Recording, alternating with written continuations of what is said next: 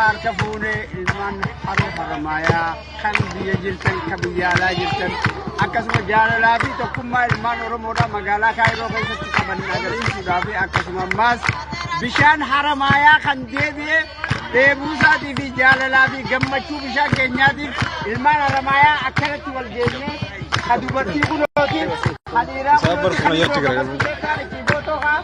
ganda sarree namne gandi daaree namne gandi qoree namne duwwaan takka namne gandi qabrillee ni namne kun munaa ija qabe ganda qabrillee ni namne kun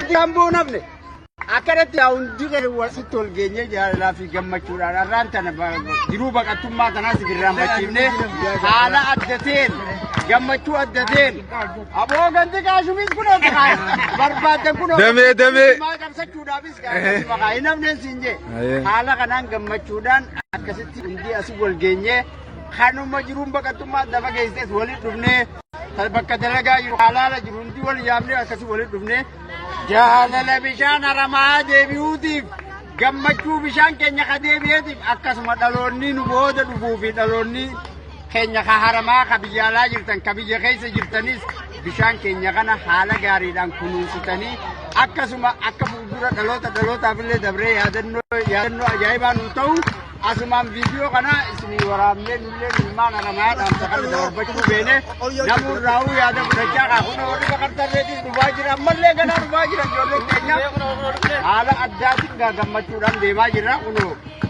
shamarran keenya taatu akkana kunoo waan aadaa teenyaatiif helleedhaa fi waan adda addaatiin waan haramaatii fi bishaan haramaarraa haala gammachuudhaan magaalaa isaa tana faarsaa jira faarfachaa jira nulleen asumaan miila kanaan kunoo amiineen baa gaaga akkana gaa qoriin kunoo namne qoriin namne buchumni namne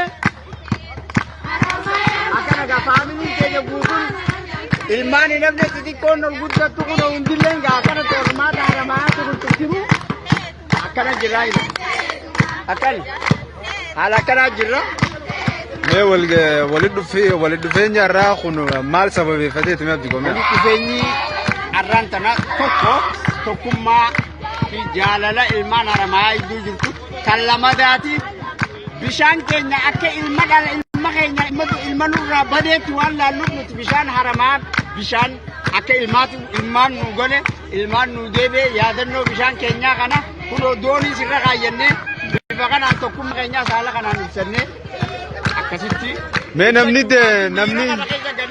abeerree haala kanaan jirra jechuudha. Mee namni doonii irra fakkiin doonii irraa tun eenyu si fakkaata?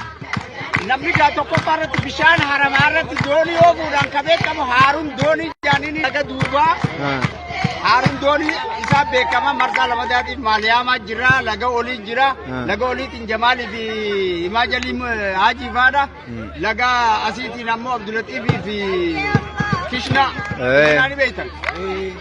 Isaa fi Kisiwaaree faadha jira laga duubaatiin Haaruun doonii jira.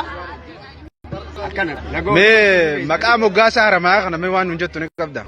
Maqaas magaalaan haramayaa tokkoffaa buurummaan isiitu maqaa isiirraa kaanu dura maqaan isiidhaa haroo haramayaa tana jalqaba bu'uureessituu gartee nama maayaa jaamuututti ture bishaan kun gaafa kunuu hajji akka dhaqee dhufetti kunuu sanatti maddechi jiru tokkotti bishaan naqee bishaan zanzagana bishaan haramaa kun burqaan guddatee achumaan sadarkaa guddaarra ga'ee bishaan haramayaa haxinni qeebuu bacaqeebu hadaammoo taabu furfurtii yaa'ee haramayaatti waan walitti kuufamu achumaan magaalaan haramayaa tuni achirratti maayaan kun yeroo duraatiif achirratti magaalaa tana bu'ee itti yaanee sheeyyammata raatii gaa uummanni gurguddaa gurguddichi gayyaa'ee abbooleen keenya hundi achirratti hundaa'anii gaa namuu naannoon isa duraan baadiyyaa jechuun magaalaa dandeesse taatee xaaliyaaniin dhufee bishaan haramaa kana gubbatti bararti maayaa muka doonii takkaa namni tokko hin qabne bar osoo bara dargii dura jettu sadarkaa Hayilasillaasee xaaliyaan nama bishaan haramayaa irra fidee doonii matooraani. Bishaan haramayaa guddinni isaa ilaa 70 jira. 70 beektamni gadi fageenyi isaa 70. Haajii gama waggaa akkanan laattu. guddaa ture magaazina guddaan suni akka waan manna xiqqaa tokko fakkaataa jechuudha bishaan kun ol ka'uu irraa kan ta'e ammaan kana akkanatti dhumee har'a nuu deebi'e rabbi hamdi dhaloonni haa kunuunfatu rabbi nuuf isaa tursiisu asumaan gammachuu tanaa dhaamsa waliidhaan naa itti walii galan. Ayyee mee egaa waan bishaan haramayaan gara nuun jette mee maaltu si dhagahame har'a waan addaa wanni jiru maali mee walitti dhufeenya kanarra. Ilmaan haramayaadha haala kanaan wal yaamee wal affeeree qaalaala jiru qafagoo jiru qaas jiru xiqqaa guddaa walitti dhufee gammachuudhaan wal simatee wal jala yaa'ee tokkummaa uummatee haala gaariidhaan fakkeenya akka namaa ta'utti galee akkanatti babbareedanii argamuu isaanii kana wanni kana caalaa na gammachiisu hin jiru siin jaa. Okay.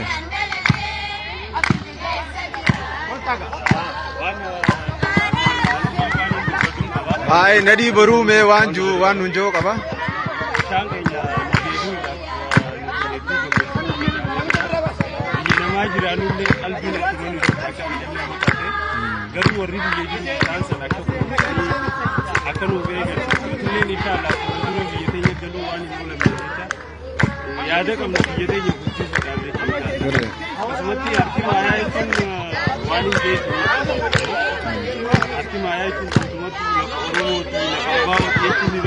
Me sena haramaan qabdu me maaliin beekamtii haramaayaan akkasumas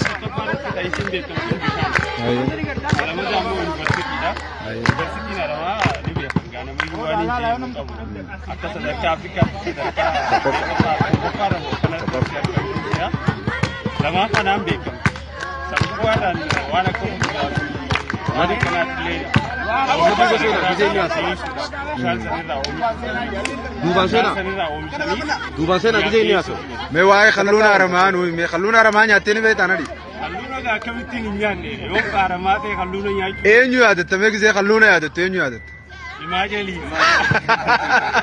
darawada akuma mabu yesani ajifa amma sani me abdi ko me an wan durira wae khallunati fi wae durira me wan nunjo qaba abdi ko me tisin dabarsi bara jaiba wan sitawra samagara haramasi durati daga jirta taliyanichi nudi se sofia jamsi magala harama kama isbacho baka jamtu magala harama sentari arada duwa taka kama duwa mataskana fulo dure isbacho baka jamtu asin bukana fi durale gara jira asin ammo mana sofia kana tidabo ni lamati fi tarira buri jira dabo ni lamati tarira buri kana kaisatti mati jira Sofian tu santur kaisa boten ni ngaji kana jolen tenya samu dai tiga round Gafi sika ba Haraman sandusha Sofia kanya chudiste yom Haraman sandusha Sofia kanya chudiste ya jigduve amata sadimo abur tora kana enyu tu dawa rabbe akas sandusha sarinya negod Abdallali TV ana juwati tu akekata no abe ho Sheikh Abdallali nama kan jaba Sheikh kenya jaba nama sabona nama sibidana yaro jalqabati amala daga khalas falti daga kira ganna ka amala kursi se masjid se rungati ganda ka sanu ko jare guddisee jechuudha nama da'awaa yeroo jalqabaatti haramaa keessatti nama mana farsoo keessa jirulleen ka farsoo dhugulleen farsoo dhiisee daabbo ciniinaalleen ka obboleessa kiyya mawlachaa masgiidatti akka dhufeettanii akkasi masgiida galee Gafi qaba amma Marataan haramaaya beekaman kan haramaaya beekaman maaruuf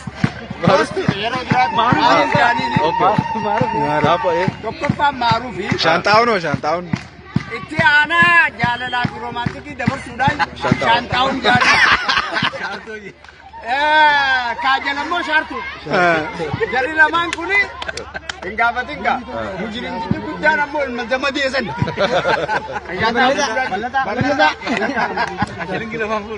achilingi kumisaa lafaan fuune jechuudha shantaun deemu dura amma biyyatee hangam takka yaadda biyyatee haramaa kana waan hin jijjiiruu hin qabu dhugaa dubbachuudhaaf haramaa keessa dhalatee guddachuu wajjin boona magaalaan haramayaa yeroo ammaan kana akkaanan gaafa jijjiiru gartee nu roorriseeti fi magaalaa sabboonummaan fi magaalaa gartee bu'uureessituu qabsoo gadaamee isaa qabsoo uummata Oromoo tan taateef dirree qabsoo Oromoodhaatiif kan waa hunda baadhattee asiin geesse keessaa uduwwaa lama batalay baasee dargiin iyaadikitti dhufeeti daranka maal godhan karoo tarkaanfii biratti gobeelleen haramaa jala ani haramaat naannee sukotu daamota kana yaadiksa onak safar jee yaadu naannee baadiyyaan si akka jirti shiftiisi magaalaan haramayaa addi bilisummaa Oromootis ta'e hundinuu qabaadhatee qabsoo uummata Oromoo kana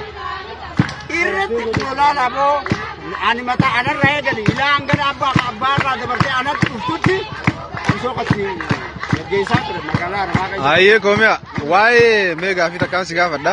Gama sabboonummaatti bifa kana fakkaatti gama jaalalaatiin ammoo waa'ee maqaa yuunivarsiitii Haramayaa jijjiiruu keessatti gaheen ati taphatte gahee olaanaadha. Mee waan kanarraa waan hunji. Isa duuba seenaa maaliif viidiyoo magaalaa Haramaa kana Alamayaa jaaniiti irra kaaya. Amos goota. Sadarkaa gumii dagaasituu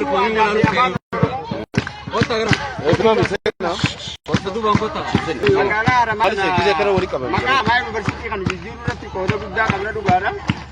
Gumii dagaagsituu aadaa fi afaan Oromoo jennee sadarkaa mana barumsaatti hundeessine sabboonummaa dagaagsine. Siifi waayillan kee warra jiranis maqaa. Naafi waayillan koo akka Ayyuubee Abdullee Caalaa Karroo akkasuma warra Wallaggaa irraa illee Zeytuunaa akkasuma ijoollee Shaambuu Birraa Jeeyilaan kiyyaa eenyu maqaan isaa narraa inni amma bulchaa maarree teemman garagaleensaa kiyyaan sadiin irraadis maqaan isaa abadu akkasitti nu hanga kana sadarkaa yuunivarsiitii Haramaatitti caasaa ijaarree as ijaarree haayiskuulii Haramaa irraa kaaneen gumii gaa'oo yuunivarsiitii Haramaatitti caasaa ol keessa uumne diriirsinee irra duuluudhaan qabsoo jabaa gaggeessine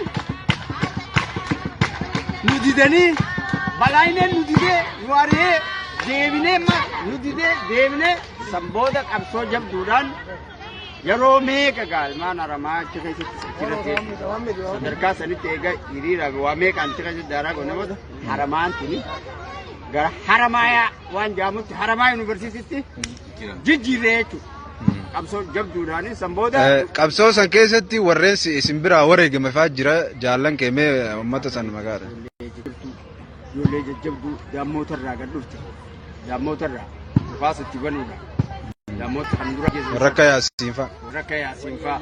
Habiyyarraa beeyoo akka Araarsoo fa'a. Ijoollee jajjabduu meeqaatamii akka Harar tokko fa'a. Harar fa'a. Eenyummaas mucaa Yaayaa Matee Jilagaa. Yaayaa Yaasiin. Ijoolleen kun qurxinuu warra nu waliin qabsaa turte warra nu jalatti jiru jechuudha. Rakka Caalaa Abdallaa fa'a. Caalaa Abdallaa viidiyoo qabatee eega daamootaa fi Caalaa Abdallaa Musa viidiyoo fuudhee viidiyoo daamootatti warama. Marga tiyyee makiinaa 18 nu dhufe biyya sana. Makiinaa 18. Akkasii gaasan cufa dabarre alhamdulillahi har'aan tanaa magaalaan Haramaalleen bulchaan ammaan tana jiru kuni bishaan Haramaallee xiqqoo kunuunsaa jira jechaa dhageenye jira. Magaalaa keenyallee ilmuu biyyaatii dhalataachiitii magaalaa keenyallee tokkolchaa jira jenneen harkuba kana deemii ammoo ijoollee teenyarraa dhiira kusiisiin jedha. Magaalaa teenya ammoo harka mirgaatiin jabeessi waan ganamoon nu godhe atirraa nuu kafalii. Ayyee mee Haramaa roga artistootaatiin gizee ilaalte mee. Warri du'aan na godhe. Roga artist. Kana tokkoon nan orgatee darate kannee bar. Isinarraa. Waan dunis rabbi rammataa godhu filis. Isin ma bira kuti. Bira kuti. Ayee gaafii. Mee waa'ee roga tana dabarsa mee amma gara Barento. Mee Barento waa'ee nuunjoo qabaa itti gaafatamaa fooshaa Haramaati. Mee Barento maal nuun jette? Mang biyya bakka jiru hundatti jireenya bakka akkasumas biyya alaa jiraataniif dhukkuba qabaachuudhaan wal jaaluudhaan mootummaa isaanii cimsuudhaan nama tokko ta'etu Ini faca'ee jiru namni faca'ee jiru waa hojjechuudhiis walitti dhufuun ni jabaata. Kanaaf ilmaan haramaa kan biyya bakka jirutti wal ijaaru walleen teenya hanqi tokko ta'e warra sila akka fakkeenyaatti inni ilaalu warra Ameerikaa jiru faanti xiqqoo isaan san wayyaa inni ilaalla maaliif bakka biraa keessaas suma jirra Austraaliyaas suma jira Kanaadaa numa jiran walitti dhufeenyi isaanii kan hin beeknu. Ayyaa dhalata haramaa kan biyya biraa jiruuf dhaamsa maal qaba? Warri ijoollee biyya haramaa jiru biyya dhalata haramaa kan ta'e biyya biraa kan jiruuf jaaramaadha tokko tahaa indooleeyyan keessan kan biyya ambaa jiranillee walitti hidhata uumaadha wal jabeessaadha bakka jirtani. Ijoolluma haramaa taas keessa jirtu haramni wajjin dhufanii foo dhaamsa maal qaba? Warreen irrallee akka carraa ta'e hojiidhaaf hojiin biyya nama taateef achi bakka dalagaatti hafanis kun jalqaba malee dhumaa miti nutiis ni jirra bakka keessan ni jirra jajjabaadhaa isinis achumaa bohaara isinin jenna akkasiiti gaa galatoonni gama gayyaan fixadhe yoo yaada dabalataa jira abdii shaafis ni jira maammee sunis ni jira Sinna kawa. Ayyaa mee guyyaan irraa kun siif maal? Guyyaan irraa naaf guyyaa addaati. Guyyaa gammachuu ijoollee biyyaa ta'e bakka takkatti walitti dhufnee wal agarree jechuudha. Akkuma beekamu Haramaayan urjii bahaa Oromiyaati. Madda artistoota Oromoo madda qabsoo ilmaan Oromooti. Galmaa afran qallochuu ni dandeenya. Haramaayan akkasumas agartee akkuma urjii bahaa Oromiyaa ta'uu irraa kan dabre qabsooitu mirga ilmaan Oromootiif hedduu bara dheeraa qabsaa kan turre jechuudha. Haramaayan gama artistootaatiin ammoo artistoonni isin Oromiyaaf gumaachite tokko lama miti. Fakkeenyaaf hangafa fudhachuu warra akka Usmaayyoo Muusaa fudhachuu dandeenya. Mitiyaansee Elemoo Alii fudhachuu dandeenya. Shamshii Qudhoo fudhachuu dandeenya. Tokko lama miti jechuudha. Saalaa Galmoo Rabbi Ramadaa godhuu fi Haramaayan waan hangee hanqana hin jaamne qabsoo Oromoo keessatti taphatee. So Haramaayan I will be proud to be Haramaayan town boy jechuudha. Ittiin boonaa jechuudha. Galatoomi. Akkas ijoollee Haramaayaatti bakka ittiin tokkummaa jabeessaa kan jenna. Ayyee maamee Yusuf mee bu'aa tokkummaa hin qabdu yookiin waliigaltee ijaaramuu hin qabdu irraa maaltu si mul'ata? Maal dhaamsa qabda yookaan? Dhaamsa ani qabu ilmaan Oromoo hundi osoo bakka jiranitti ijaaramanii faffaca'uun hunda keenyaaf hanga amma duraatti seenaa dabarra keessaa waa hedduu barraa waa hedduu garreessi waa keessa qonna keessatti namni ijaarame suuta kanniisaati namni ijaarame. Ilkee bika takka jirtu waa ciniinaa. Akkasila. Akkasii an xiqqashoo waan ilmaan Haramaa kanarraa xiqqashoo niin dubbachuu fedhu. Biyya alaattis bakka takka takkatti walitti dhufeenyi nama gammachiisa walitti dhufuun kun nama gammachiisa inni garraa Ameerikaa fi Kanaadaa keessattis illee walitti dhufanii waan takka takka godhatan waan hedduu nama gammachiisa namni walitti dhufee wal argee bakka jiru keessatti. Asumarratti wal qabsiisee amma fakkeenyaaf ijoolleen Haramaa Ameerikaa jirtu Kanaadaa jirtu biyya jirtu ijaaramtee jirti haa jennu. Bikka jiran ijaaramuu qofaa miti biyyatti walii hidhamuunoo bu'aa hin qabdu. Maaliif hidhamuu dhabde hanga ammaa? Hidhamee jira. Dubbatamee jira. Ani yaada silaa hedduu dubbachuu fedhu hedduu na dura waan dubbatanii jiraniif fixeetu jira jechuun koommeen hedduu asee bareenta saasee fixanii jiran. Kanarratti asii fi Kanaadaan hariiroo akkam qabaachuu qaban? Qabaachuun hedduu gaarii ture. Ammallee ni qabnaas barri qabnaas ni jirraas. Nuyi jaarmeenyi magaalaa Haramaayaa jaarmeenyi Haramaayaa magaalaa Kaayiroo keessatti argamu kuni jaarmee biyyoota Austraaliyaa jiranii Ameerikaa jiran Kanaadaa jiranii hojii hariiroo ni qabna. Hariiroo walii qabnu bakka jirutti ijaaramne akka amma ijaaramaa maqaa Haramaa Yuunaayitid tokko taanee baanee walitti dhufnee wal agarree yaada keenya waan garaagaraa dabarfachaa jiru kanatti akkasumas hariiroon jirtus ni jirti jechuu barbaadee tasirratti jaarmeenyi bareeda. Nu qofti haaree amma ijaaramoo osoo hin ta'e jaarmee yeroo dheeraa isaa ture namtii qabu jechuudha. Jaarmee cimaa Galatoom. ibsu fedheeti. Galatooma. Ayyee mee guyyaa abshiree marhaba guyyaa irraa kan akkamiin ilaaltati? Wallahi guyyaa irraa Bismillahirrahmanirrahim. Guyyaa irraa gammachuu hedduu guddoo takkaan dhagahamu jira. Itti aansee nama baatiin harkiniin irraa asirratti arge wallahi nama baatii guutuun arge. Maashaallah. Guyyaan guyyaa gammachuuti naan jedha. Guyyaa gammachuuti walitti dhufeenyi kan kun hedduu bareedaadha. Namoonni dhalata Haramaa taatanii warra biyya tana jirtan warra biyyallee jirtan ka biyya alaa biyya ambaa keessa jirtanillee wal jabeessaa hariiroo walitti hidhata qabaachuu qabna. Kanaafuu gammachuu guddoon nu dhagahame alhamdulillah. Galatoom. Waan hafee dhaamsa qabdu yoo jiraatu. Dhaamsa qabdu yoo jiraatu. dhaamsidiin qabu hiriyoonni xiyyana dura dubbatanii jiranii wal jabee isaan jaa warri biyyaa akka biyyaatti walitti dhiyaachuu qabnaa keessaa fi alaan hidhata walitti hidhachuu qabnaa namni kun biyya ambaa jira rakkoo fi gammachuu gaddaa fi gammachuu walitti irra jiraata kanaafuu ilmaan biyyaa hedduu wal jabee isaa galatoomaa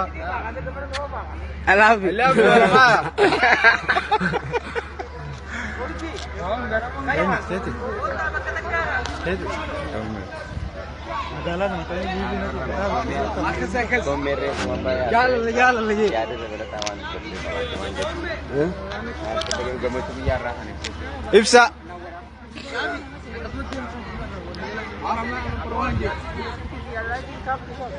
Hai.